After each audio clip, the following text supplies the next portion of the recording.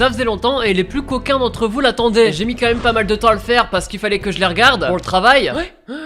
Bah quoi? Pour finalement réussir à vous sélectionner 4 animés Eiichi à ne pas regarder en famille de préférence. Bref, installe-toi, nous on a du travail. Francis, balance-moi ce petit générique.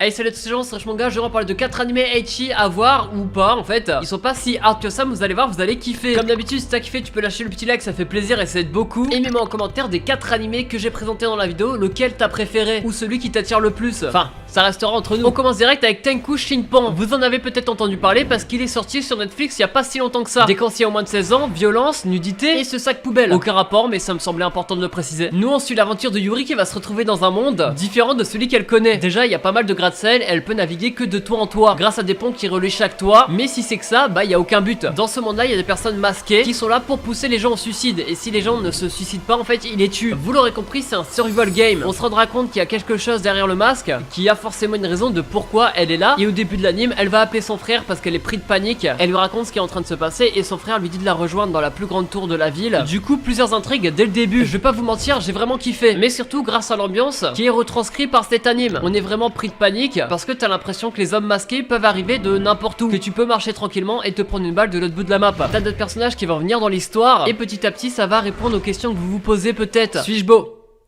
C'est marrant, ça marche pas trop là. Mais le problème c'est que les personnages on va pas trop les approfondir. En tout cas personnellement j'ai trouvé que ça manquait un peu de finesse dans l'écriture. Si vous voulez voir du trash, c'est parfait pour vous. Il y aura du sang, du sang, du sang. Ça sera tellement un monde cruel qu'on aura de la peine un peu pour tout le monde. Mais ça c'est normal, j'ai pas envie de vous spoil. Vu le genre d'anime qu'on a à faire, vous aurez compris d'où vient le Eiichi. Il y a aucune limite dans le genre trash. Mais ça va peut-être vous surprendre, ça reste un shonen et je ne comprends pas pourquoi. Il y a 12 épisodes de 25 minutes qui touchent pour genre action, Eiichi, horreur épouvante, mystère, shonen. Et pour thème gore et survival game, disponible sur Netflix, déconseillé au moins de 16 ans, mais bon, ça c'est vous qui voyez. Un peu de douceur dans ce monde de brut. Saone héroïne, no Sodate Taka. J'ai du mal mais c'est passé, c'est une romance. Oh non frère, une romance. Mais Eiichi, yes, yes.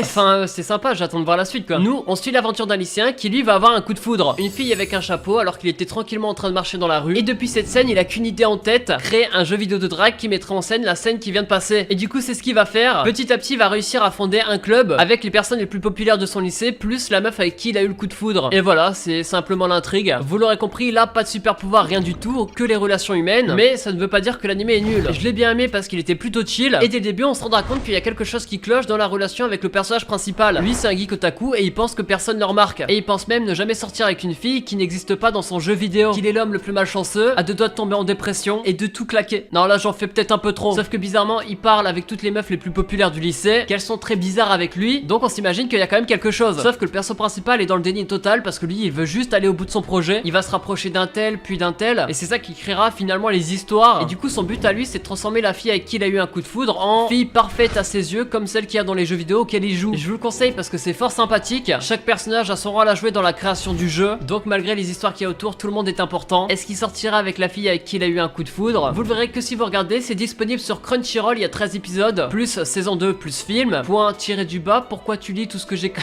Il touche pour genre comédie drame, Eiichi romance, c'est pour thème école, harem, jeux vidéo et otaku. Regardez-le, c'est de la fantasy, il en fallait forcément. Animé de saison qui est plutôt bien mais pas non plus incroyable, c'est pour ça que j'en parle ici. Attention, le dernier anime va vous surprendre, s'il vous plaît restez. Ça s'appelle Les combattants seront déployés, disponible sur Wakanim. Nous on suit l'aventure d'un mec qui s'appelle combattant numéro 6. Lui il est formé exprès pour être un combattant, c'est écrit dans le titre, pour une organisation qui a pour but d'explorer un nouveau monde, voire même le conquérir. En gros, comment arriver dans le nouveau monde? C'est très simple. Dans le monde actuel, il est avec des potes qui sont vraiment avancés technologiquement. Ils ont fabriqué un téléporteur, c'est celui qui va utiliser mais il sera pas tout seul, il va être avec un androïde, un robot quoi. En gros ils vont atterrir dans un monde médiéval fantastique et il deviendra combattant dans ce monde là. Bref, cet anime moi je le trouve plutôt bien. Il y a de l'action, c'est fantasy, c'est Eiichi, il y a pas mal voire beaucoup de fanservice, mais bon, et je vais pas arrêter de le répéter, on a connu pire récemment. Déjà en tant que spectateur, nous on va découvrir le monde. Ce qui est bien c'est que l'androïde lui connaît déjà à peu près tout. Il est là pour nous faciliter la tâche et en plus de ça le personnage principal, le combattant numéro 6 est pas très intelligent, ce qui fait qu'il pourra poser des questions plutôt simples et débiles que nous on aurait besoin. Après bien sûr on n'aura pas toutes les réponses parce parce que il y a quand même de la découverte. Jusqu'à ce que le combattant numéro 6 ait sa propre équipe, ça va être son propre harem, et quand il faut combattre, lui il est présent, même si c'est contre de la magie. L'anime est un peu drôle, mais malheureusement je trouve que les blagues arrivent un peu trop souvent. T'as l'impression de voir une vidéo de Rush Manga sur des épisodes de 23 minutes, et c'est le truc qui m'a fait un peu décrocher de certains épisodes. À l'heure où je vous parle, il y a que 5 épisodes, donc peut-être que quand vous commencerez l'anime, il sera peut-être déjà fini, je sais pas. Ça s'appelle Les combattants seront déployés, qui est disponible sur Wakanim. Il touche pour genre action, aventure, comédie, ecchi, fantasy, et pour thème autre monde, harem et organisation secrète. Faites-vous plaisir. Le dernier animé, j'en ai déjà parlé vite fait. Yamada-kun, c'est un school life mais plutôt particulier. Nous on suit l'aventure d'un lycéen, il a des notes plutôt nulles. C'est le cancre en excellence, et un jour il va tomber dans les escaliers sur une camarade du lycée qui elle est connue pour être l'excellence à la perfection. Et là je parle de vous. Non, je déconne. Et en se réveillant, ils vont se rendre compte qu'en fait ils se sont échangés leur corps, et de fil en aiguille, ça va savoir par quelques personnes. Ils vont réouvrir le club paranormal, et ils se rendront compte que c'est en s'embrassant qu'ils arrivent à échanger leur âme. Vous l'aurez compris, encore une romance, et lui il est vraiment bien. Surtout que pour une fois l'intrigue est originale, mais vous allez voir, il se passe quelque chose derrière tout ça que je ne vais pas dire parce que sinon ça serait vous spoiler la fin de l'anime. La romance de cet anime est plutôt bien réussie, et la relation que Yamada entreprend avec la fille, celle avec qui il a échangé son corps pour la première fois, va se créer à partir de là. Ça va évoluer petit à petit au fil du temps, et tout ça grâce au premier baiser qu'ils ont eu. Si je devais souligner un point fort de l'anime, c'est surtout l'humour. Le genre ecchi est tiré de là. On est là à avoir des blagues plutôt grossiers, et c'est souvent ces blagues qui vont sauver certaines scènes. En tout cas, c'est un des trucs qui va nous tenir devant l'anime avec la romance et l'intrigue. Intrigue qui arrivera bien plus tard qu'au premier épisode, mais il y a des sorcières, donc du surnaturel. Du coup, il y a toujours quelque chose qui va nous tenir jusqu'à la fin, contrairement à certaines romances qui,